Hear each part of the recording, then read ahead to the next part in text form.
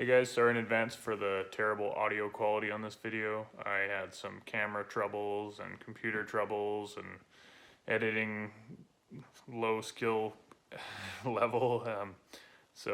Yeah, just humor me on this one, but it still should be able to explain to you what you need to know.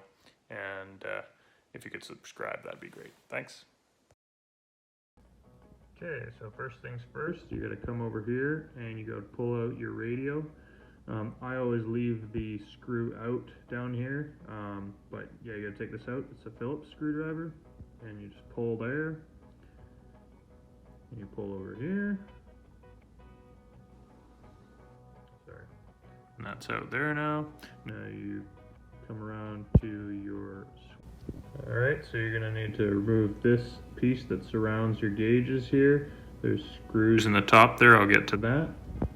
First you gotta pop this cover off here where your light switch is. You just reach behind there and pull it off, just like that.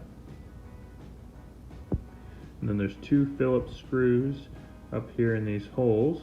You see my screwdriver there? I'm just gonna pause the video to unscrew them and then I will continue it. Alright, so they're unscrewed. Now you just pull down here and pop that out. Pull the other side at the bottom, pop that out. And then there's a couple tabs 3/4 of the way up on either side. You have to pop them out. One right there. And the other right here. And then this whole surround piece will come out.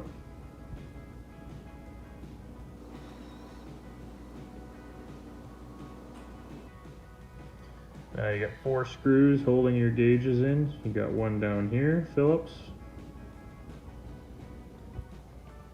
Got one up here. You don't have to take that one out. You don't have to take that one out. Just crack them loose.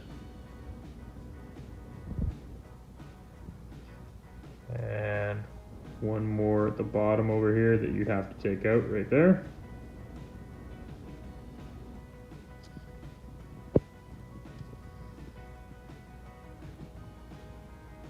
Now that you have those out, you have to tilt your steering wheel up a little bit and then tilt the gauges forward.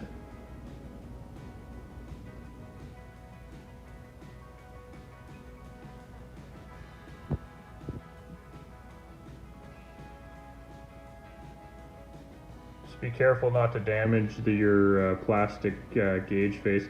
Okay, so now that you have the gauges tipped forward, you'll see the plugs on the back there. You just take a flat screwdriver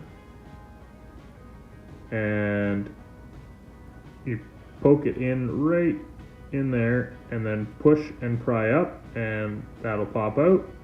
Do the same thing on these other two over here.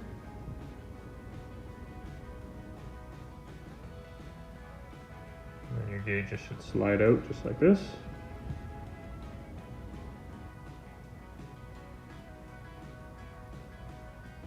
Now we'll head over to the bench and I'll show you how to change these rings. Okay, so we're on the bench here now. Start with this. Okay, first things first, you got to go all around the outside of this gauge cluster and undo all the bolts around the outside.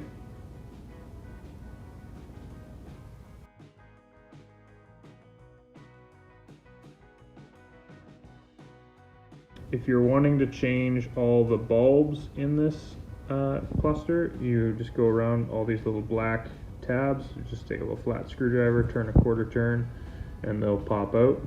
There's actually 11 bulbs in this gauge cluster because one is behind this center square box here, which you just take a flat blade screwdriver on either side.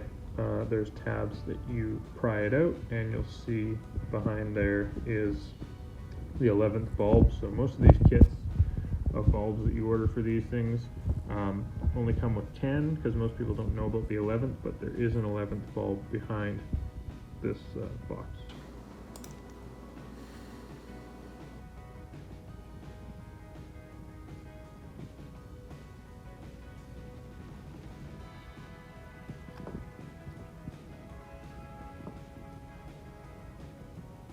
So now that you have all those screws out, you just lift up There's your base with your gauges, and this is your faceplate. So as you can see, these are the chrome rings are mounted in here.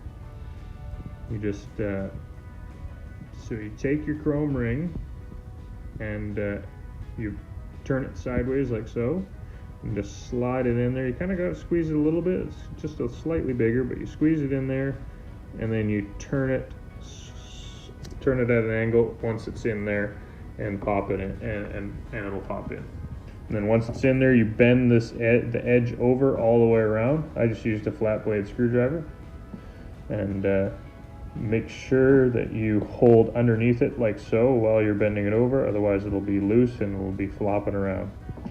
And you just repeat that with all these rings, and that'll be your finished product.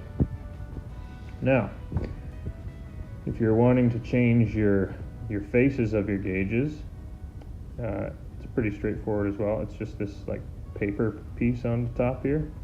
You just take a flat blade, put it underneath the little gauge. Make sure you put your hand on this as well to kind of balance the pressure so it doesn't bend it.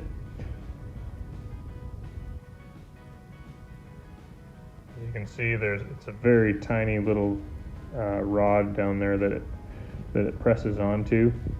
So that's pretty much the only thing holding this faceplate on. So you just got to go around and take off all of them. I'm not going to take them all off, but you get the idea.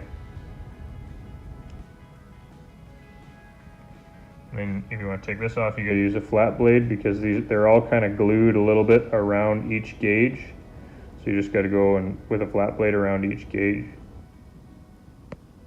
I'm not going to do it because I'm not changing my faceplate, but that's basically what you do with that.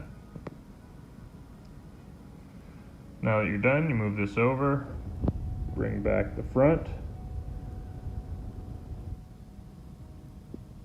flip it over, and place it on here. And that's pretty much that. Just do everything I showed you in reverse now. If you enjoyed this video, like, subscribe, yeah, and share.